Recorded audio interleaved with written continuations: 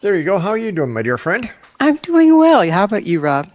Well, let's see. I'm still here. I've thought that I might be abducted by aliens after my last hour of trying to make sense of what so many people can't make sense of, and that's reality. But You you're know? still here.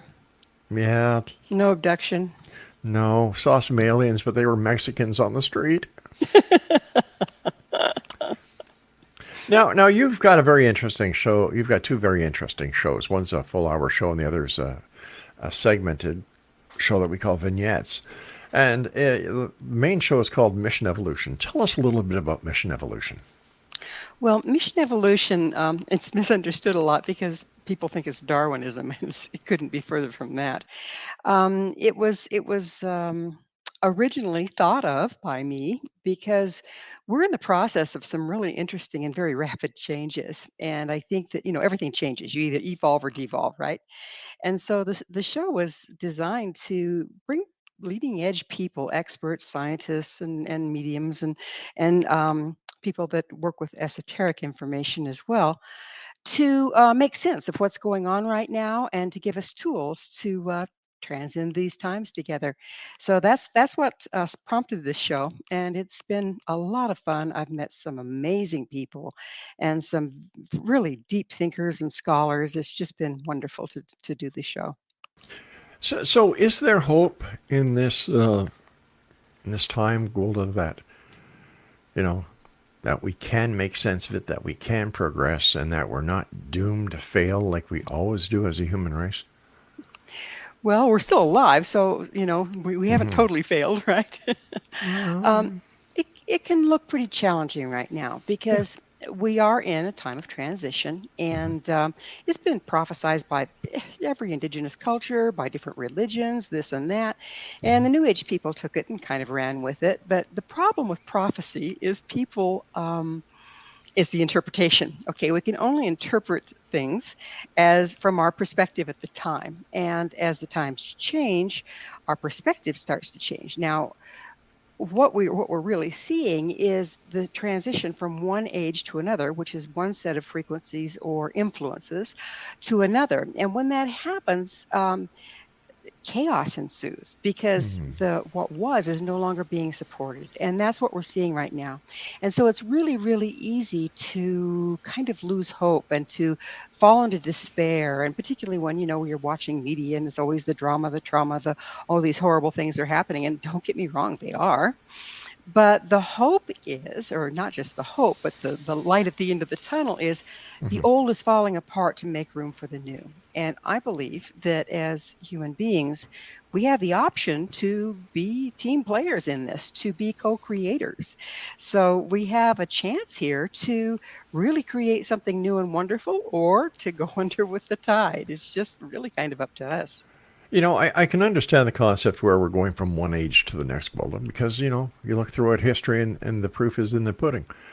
But in today's changeover, we have COVID. We have people who are hungry around the world. We have unemployment that's starting to surge again. We have violence that is happening in places where violence was never an issue before. We have so much shoveled on top of us, the economy, the political.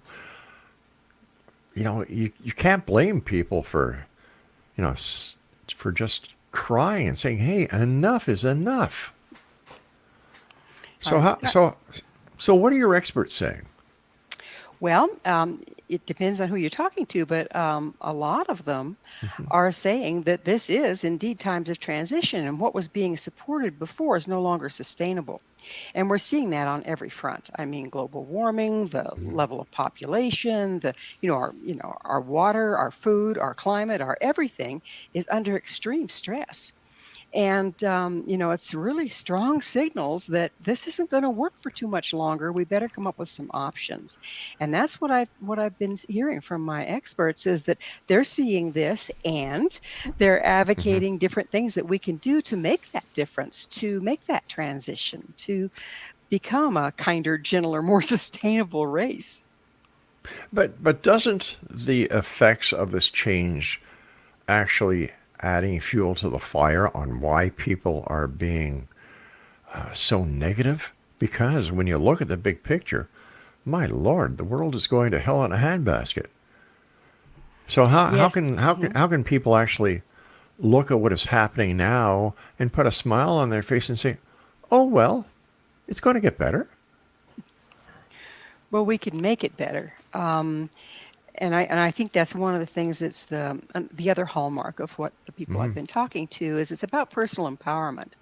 We aren't victims of this, but we're certainly participants. And if we're unconscious participants, we're adding to the problem.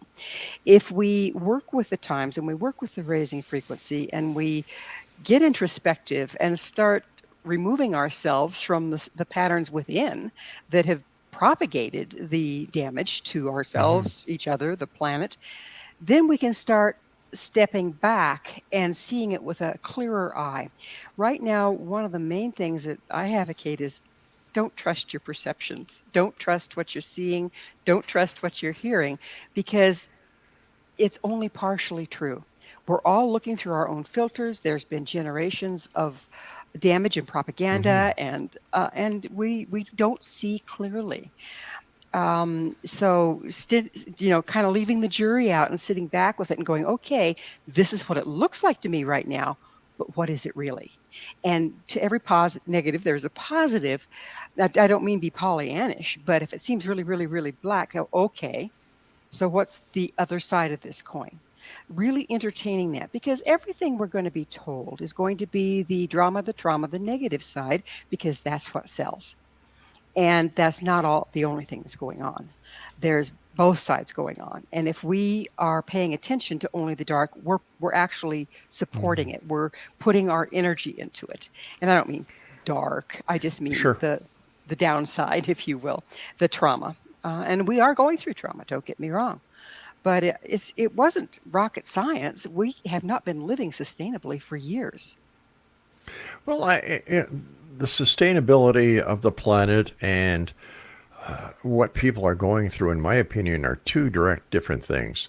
For example, you've got people who are losing their homes because of the interest rate and the housing crisis that was caused by COVID, and then the onslaught of COVID variations that are still affecting us today. People just can't make ends meet. So how can we put this on the side of anything else except a bigger problem than we see? Well, there is, like you say, I won't argue. There are even Hmm. larger problems. And I think the ramifications, everybody said, okay, COVID's over. We're on top of this thing. Now we can get back to normal. There, we're not going No. to get back to normal. Normal's gone, what we thought was normal. We have to create something new because everything has changed. And we're just starting to see the edge of the ramifications of, not just the pandemic, but Yeah. everything that's going on.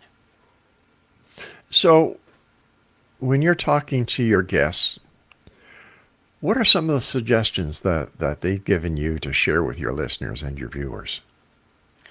Well, one of the things that seems to be a common theme is the inner work. And I can certainly understand that because that's Hmm. been my focus, for years, is that if you can become clear in here, then you have a better chance of being clear out there and holding a sane perspective amongst the crazy. And I don't mean crazy people, I just mean crazy circumstances. Hmm. That there are certain principles that hold true and have held true for generations. And if you can start to ground yourself in that and let the rest of it fly by, then you can find your way through this. But it's unprecedented, and we don't have anything to go on, and people are freaking out because of that. So the inner work is really, really important because ultimately, if our perceptions are wrong, how can we make right choices? If our perceptions are distorted, how can we make the right choices to move through this in a good way, in a way that serves everyone? Let's talk about perceptions when we come back from this commercial break. And exclamation, if you'd like to find out more about GWILDA, visit her websites. And the one for Mission Evolution is www.missionevolution.org. And for Stairway to Heaven Media, I'm Rob McConnell, GWILDA WIYAKA, and I will return on the other side of this break. Don't go away. Welcome back, everyone. GWILDA WIYAKA is my guest this hour. And GWILDA, you're a shaman. And I know that you offer shamanistic courses on your website at findyourpathhome.com. First of all, how would you describe what a shaman is? Well, there's, over the ages, the concept of what shamanism, and it's an ancient practice, 50 to 60,000 years old, and it's present at the base of every culture we have, as far as I know. So, like, there's Tibetan shamanism, there's Celtic shamanism, there's Native American shamanism, there's Inuit shamanism, and the list goes on and on and on and on and on. And I've traveled a lot and have been fortunate enough to study a lot of the different forms, and they have an amazing amount of things in common. And so I'm going to be speaking to what they do have in common. And to a one, they're an organized set of rituals designed to help the practitioner manage matter at the quantum level or work at the energetic level of life. And, when we're trying to heal or trying to make a difference in our lives, we tend to work on the physical level. But by the time things are manifest, they're pretty well set in stone and kind of unwieldy and hard to maneuver around and change. But if you can interface with them and impact them at the frequency level before they become manifest, you can really affect outcome much more easily. And that's what shamanism is based on. It can also, from the energetic standpoint, read the currents that are moving and make predictions based on those currents that are moving. So, like, say, for instance, if I want to have a question answered, I can go into trance, and I have to be very careful how I ask the question and be very clear that my intent and my bottom line is very clearly established. I'll journal those first. But then it's like going into a dream state, and I'll get metaphors, and then I have to apply the metaphors to the question. So it's a real learned art, but it can be very, very accurate. And I've used it to choose the land I'm living on.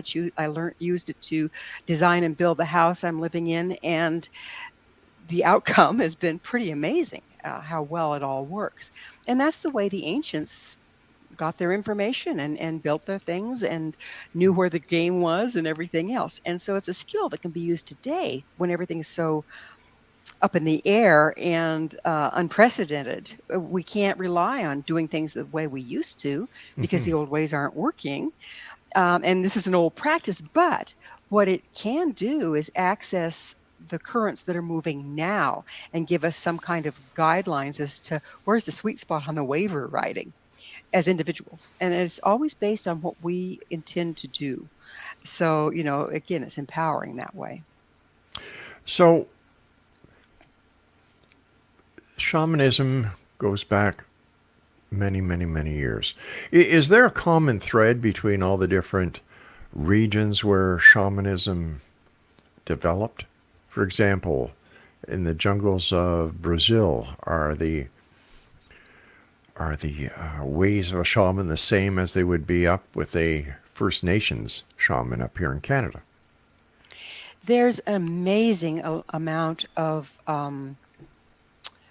similarities between all of them. Like, the Aboriginals, they've been on this island, basically, on the other side of the world, isolated, and yet in their caves have the same symbols, like the sacred spiral, the four directions. They have the same symbols that you find in the drawings on the earth and the cliffs and everything, the petroglyphs here in the United States and in Canada. And there was a gentleman, he was an archaeologist, actually, an anthropologist, Michael Harner, and he went around and collected shamanic practices from all over the planet and put together what they had in common and created what he called the core practice. He's since crossed to the other side, but he left quite a body of work that was very amazing. And he developed a method, by which you can use these rituals and consistently go into an altered state, get information, go into an altered state, perform a healing. And all of the things that he saved there, the things that he used to create the practice he calls core shamanism, were common to every one of the shamanic practices. So the journey trance, altered state of consciousness, is measurable, by the way. I've had all sorts of gum put in my hair because I used to work with doctors all the time and they were fascinated. So they wanted to see what happens to my brain waves when I go on a journey. And consistently, I would drop from the day to day of beta to alpha and even theta, and then come back out at will by using the ritual. And the every practice has some form of that, some form of going into an altered state of consciousness to Hmm. access information. So are we to understand that 50,000 years ago, when shamanism first started, it was the Neanderthals that created shamanism? I think that they relied on a shamanic form, okay, to find their game, to survive, quite frankly. Hmm. And it's simple and yet it's very complex. So I've watched animals kind of go into this, they dream just like we do, and cats particularly, you watch them kind of go into this altered state, and you just kind of feel that they're tapped into something else. And so why wouldn't the Neanderthals? I think that it's a natural human ability that we have thought ourselves out of. We got so left brain, so focused on this reality that we disconnected from our dreams. We disconnected from the dream state, and whether they're waking dreams, Hmm. daydreams, um, interactive dreams, there's information there that you don't get otherwise. So how could we apply shamanism in our day-to-day life right here in the year 2022? Well, it's been the way I've lived for, oh gosh, 50 some odd years. Is anytime I have a major decision to make, Hmm. I'll um, go into journey, I'll go into trance, and I'll have a question laid out like, what does it look like if I do it this way? What does it look like if I do it that way? And I'll get metaphors that'll indicate one thing or another. And then I'll make my choice based on that. I don't ask spirit, if you will, or the energies that be, or the dream state, to make my decisions for me. That's always a mistake because their value judgments, or the value judgments there, are very different than what we have in this reality. But I can get inside information, if you will, of what the larger currents are working and how to fit within it. So I use that all the time. Like I said, I designed and built my house around the principles Yeah. that was given and everything. And it works. It works. So, The so other where did side, where did you, where right? did you learn how to be a shaman? Well, I first studied with a Lakota elder when I was in my early 20s, and I studied with him. I went to the reservation and stayed with him on the weekends and worked for and with him. Hmm. I would bring coffee and I would clean their house, and in exchange for his teachings. And I worked with him 8 years until he crossed. He was in his, I think he was in his 90s when he crossed, and it saved my life, quite frankly, because I was born kind of sensitive, and then I lived in a very intense situation, family wise and everything else, that I had to, as a child, I really had to know who was going to pop off next to be safe.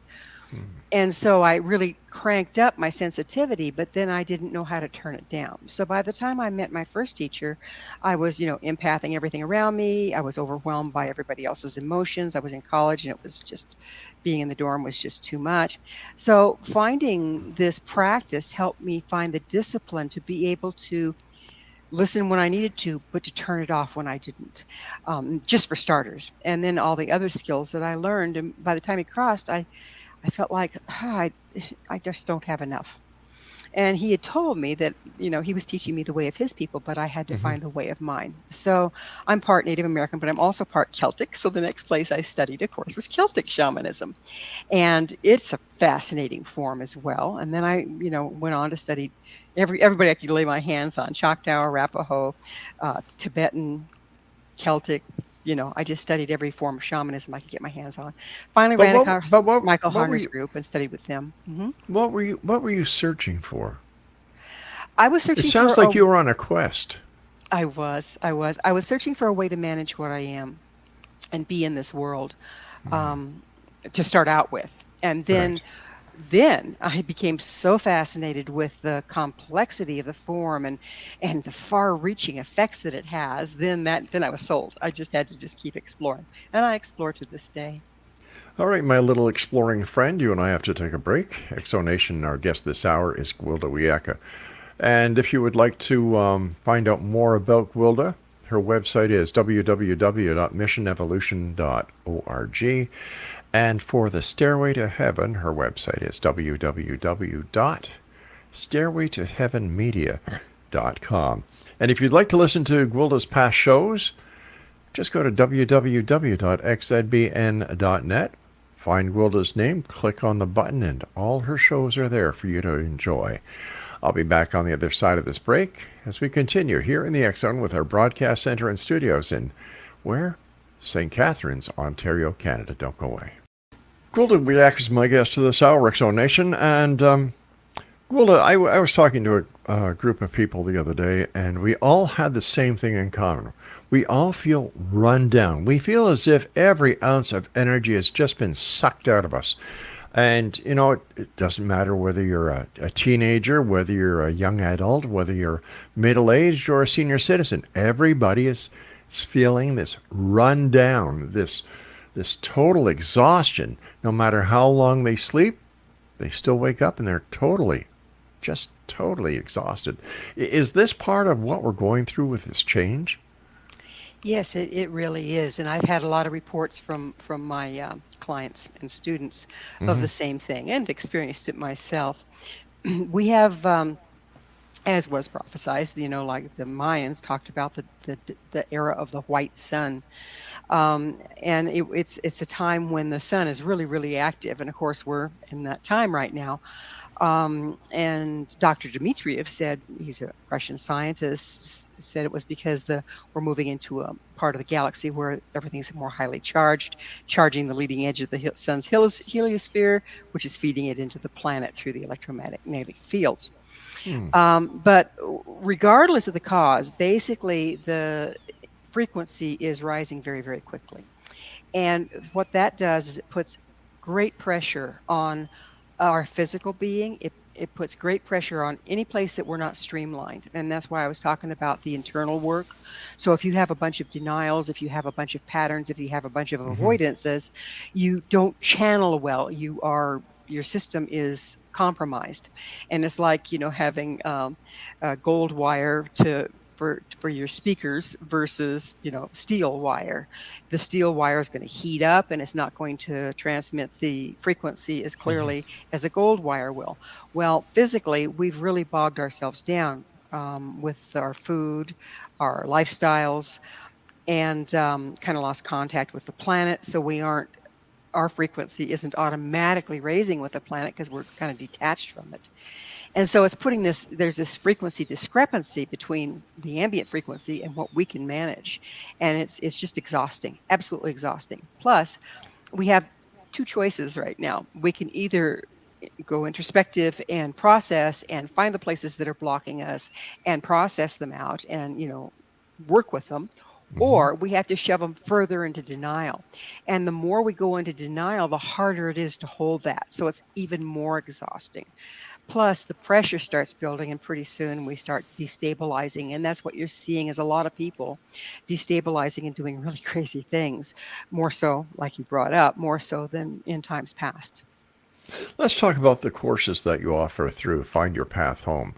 What can students that come to you seeking the same knowledge that you sought many years ago? I think that you have done a lot of the research already, so they don't have to go through all the trials and tribulations that you have done. So what can they learn, and how do you teach it? Okay, so the classes that I have online now, I do online classes in person, but I also have recorded video classes that are available on my website, and I'm going to be addressing those right now. So the first one is called the Medicine Wheel, and what it does is it Mm-hmm. again uses, I don't appropriate ceremony, but I build ceremony out of the principles that are common to all practices that I've studied. And what this practice does, the first class, is it teaches you how to reconnect with the planet, how to reconnect with the seasons, the equinoxes, the solstices, how to do ceremony at auspicious times in order to realign with the frequency that the planet is bringing forth from the sun and from the circumstances that we're in, so that you can realign yourself and have less pressure on you. Okay. And it also backs your intent then. If you're aligned with the earth, it's bigger than we are. You're empowered by it. If you're Hmm. working against it and you're out of alignment, that's part of the exhaustion we've been facing. So that first class teaches a lot of really wonderful skills and ceremonies on earth connection and earth alignment. The second class is a journey class, and it teaches you how to do the shamanic journey trance, which I talked about earlier. It helps you to you can ask questions at the beginning level. You can ask questions to guide your life and get very accurate answers. And then the third class, I believe, is about power animals, and that is how to work. Power animals are a metaphor, okay, but working with the metaphors and empowering your life through the frequency that they represent. So a power animal will stand for a frequency that you might be lacking. So if you align with the frequency that the animal carries, then it helps you to become more balanced and aligned and empowered. And so that's the power animal class. Then there's sacred space, which teaches you how to work with the power and balance and space within your home and business and everything else. And then there's, I believe, fairy folk, which is a very fascinating class. It's a little more Celtic in its nature. So earth spirits and fairy folk. So those are the ones that I have Wow. online that you can purchase that are pre-recorded. And then periodically I teach in person. So, how long would it take for someone listening to take your course, and can they become a shaman like you? I like to call myself a shamanic practitioner. In other words, I do the practice. Shaman to me are like your indigenous people that were born to it. They come from a family line Hmm. that has the predisposition and this and that. But yes, they can learn to be a shamanic practitioner, just depending on how long they want to study. If they take the classes that I have online, just I have 5 of them right now, they can become fairly proficient at having it to use in their personal lives. If they want to become a healer, then they have to take more advanced classes, and I offer those periodically. And I used to offer and will offer again a 2-year program whereby they can become shamanic practitioners to the level that they can do shamanic healing, they can do soul retrieval, they can help the dead to cross, they can do medical intuitive. There's all sorts of skills that you learn in more advanced studies. But it's every bit as complex as being a medical doctor, so you can't take it lightly. What is soul retrieval? Soul retrieval is it's you never lose your soul. I don't even like the name, but it's one people most often use, so I use it. But when we are faced with trauma, we tend to disconnect from part of our natural expression in order to survive. In other words, if I get yelled at by a parent, they get triggered and get really angry with me for showing too much joy, okay, or crying or whatever. And then I will learn to not express my grief or not express my joy in order to stay safe and get along in the family. Well, that compensation then stays with us if we don't re-examine it. And we have literally lost part of our expression.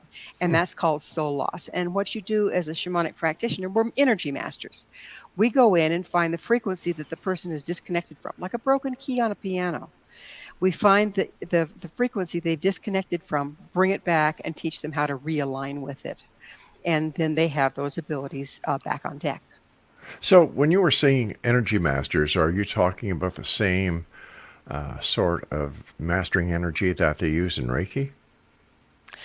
Reiki, the form of Reiki is a simple part of shamanic form. They're using, but they are that is a form of energy mastery. They're using their bodies to Hmm. channel positive and negative between their hands to bring balance back to the physical body. It's a lovely practice, and it's also based on shamanic practices, ancient practices. I do that kind of healing, but I was never trained in Reiki. I came in through the shamanic way. Um, so yes, there's also well, like mediums can access. the spirit of the dead, if you will. And that's a whole nother topic. Maybe you and I can get into another time. But um, so yes, it is energy mastery in that you learn to interface with the energetic level and how to manipulate the energetic level. Another topic that you were speaking about that caught my ear was helping people cross over. How do you do that? Like when somebody's dying, they're dying.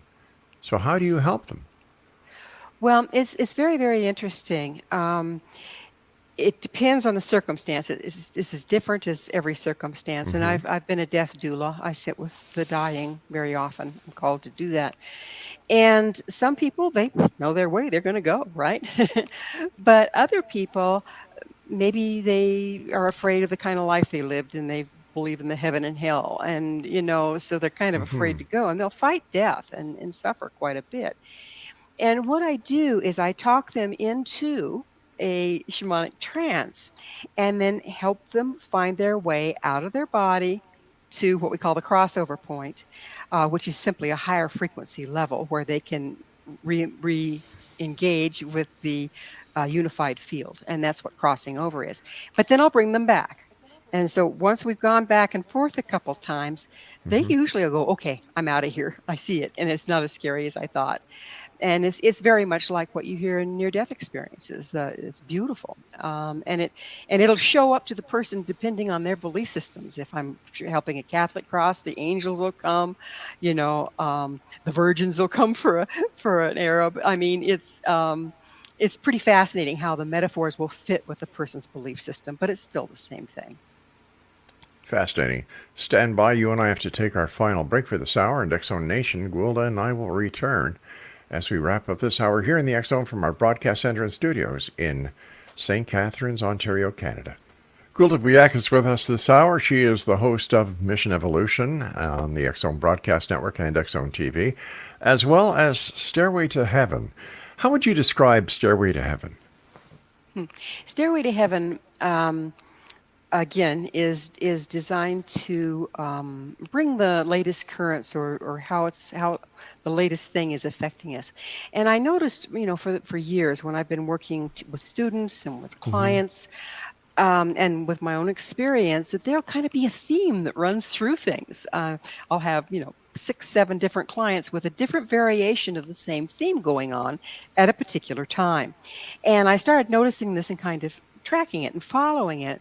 And I realized that, I've come to realize that the currents, that the frequency, the rising frequency on the planet is bringing forth different things at different times, but they have a theme. And so I started writing the Stairway to Heaven episodes. In fact, you were the one that suggested that I start bringing them forward. We brought them forth on radio first and then start filming them. But every week, based on, what my journeys are showing me, what I'm Mm-hmm. experiencing, what I'm hearing from my clients and this and that, I'll be discussing the theme, how it's affecting us and how we can weather it and how we can find our way through it. So that's what they're about. And they're really fun. They're very, um, quite a collection now. What do we have? 63, 64 now at I, this point? I believe so, yeah. Yeah, yeah. What is your favorite topic? As a talk show host, I have my favorite topics. And what are your favorite topics? Whew, that's a tough one. There's so many topics. My favorite, of course, is Give me whatever's your going on at the time. So, give me your top three. okay. Um, I really love anything that has to do with empowering people. So, how we can let go of what we think we are, but we are not, and engage the glory of who we really are. And most people don't know who they are. And we're a work in process for sure if we're, evolving and trying. Um, but to watch people go, oh, that's what's happening. And now I Ah, can. Okay, that makes my life worthwhile. I love that, to see people take it and run. So that's one of see my that favorite. see that aha moment, the light over their head as it goes on. Yes, exactly. And they might have something they've been suffering with Mm-hmm. forever, and just the right word at the right time or the right concept at the right time, and they're on their own. They're on a run. They're good to go. It's really fun to watch. With your show, Mission Evolution, you've had some great guests on. Who's your guest tomorrow? Ooh, let me see. Bill is his first name, and Right? I'm trying to think of his last name. I'm sorry, we have so many guests, but It's okay. he's a lovely man. I was just visiting with him today, getting his equipment set up because we'd Hmm. had some difficulty. But his topic is bugs as food, which Oh, wait a second. Wait a second. Hold you. on here. Hold on here. Hold. You know, a couple of years ago, I would have thought, ugh. But you know what? There's more and more TV programs talking about how eating bugs may be the answer to the world hunger situation. It's amazing. I Yeah, remember when I was in Saudi Arabia, yeah. I was in one of those times when it was like your epic biblical plague of locusts. I Hmm. mean, first there's this smell, and there was never a cloud in the sky there. So then all of a sudden there's this dark cloud coming your way, and it's like, oh my goodness. And then there's the sound. And then they would cover everything in the encampment, everything green, and devour it. Oh, And when they flew, there was nothing but sticks left. Okay. And we were out in the middle of the desert, and it was an artificial oasis. They pumped hmm. water in and to keep the Americans happy. But when the Arabs that worked in the encampment, when I was a little kid, I was just absolutely horrified. They'd be grabbing them out of the tree and putting them in a bag. And I'd ask them, because I spoke Arabic, what are you doing? What? You're no way you're going to be able to catch all these and make them quit eating the trees. They said, no, good to eat. And Oh Lord. oh, Oh Lord. but it makes sense. It does. During a locust plague, what's left to eat but the locusts? Yeah, in fact, one of my favorite TV celebrities is Chef Gordon Ramsay. I think that he is just fantastic. And he's been, I forget the name of this show he does, but he travels all over the world. And, some people have actually gotten him to eat grubs, to eat spiders. I'm sorry, mind you, you don't know what you're going to do if you're ever that hungry. Like people in Asia eat cats and dogs. Personally, Well, personally, I love eating cow. I oh love my my. steak. I love my steaks so raw that, we pass a herd of cows and I start drooling and imagining filet mignon and New York cuts, rump roast, even liver. I love eating cow. Well, well, they are taking up about a third of our resources to grow them, however. Thank God. Thank God. God must be. Well, listen, hey, Jesus was a shepherd, right? Hmm. He liked lamb. I like cow. I like them both. Can you just imagine going to can you just imagine going to McDonald's in the future and saying, "Can I get a McLocust, please?" Oh, heavens. Well, it's all in the preparation and presentation, right? Or how would you like your cockroach cooked, sir? Or don't worry about bathing your dog for fleas. We'll just suck them up and eat them right here.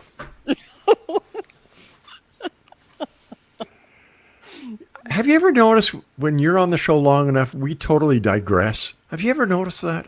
I know it. I think we bring out the devil in both of us. Okay, on a serious note,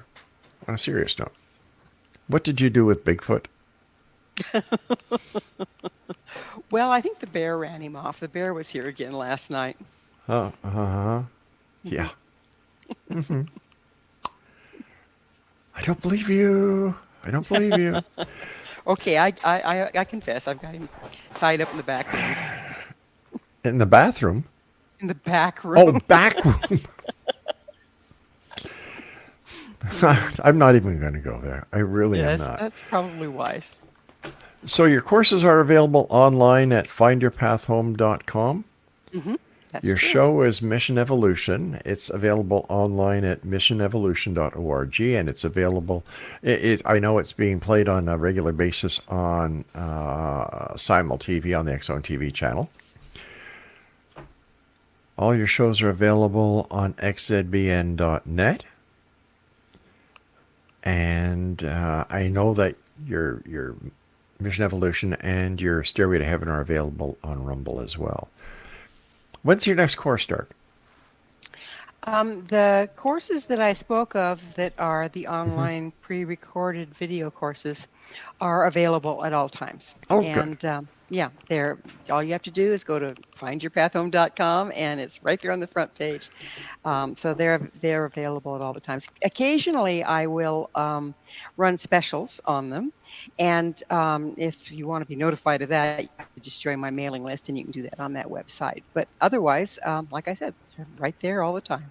And I'm sure that on your mailing list, the people who subscribe also get the updates on your shows, who your guests are going to be, and where they can actually watch or listen to the archives.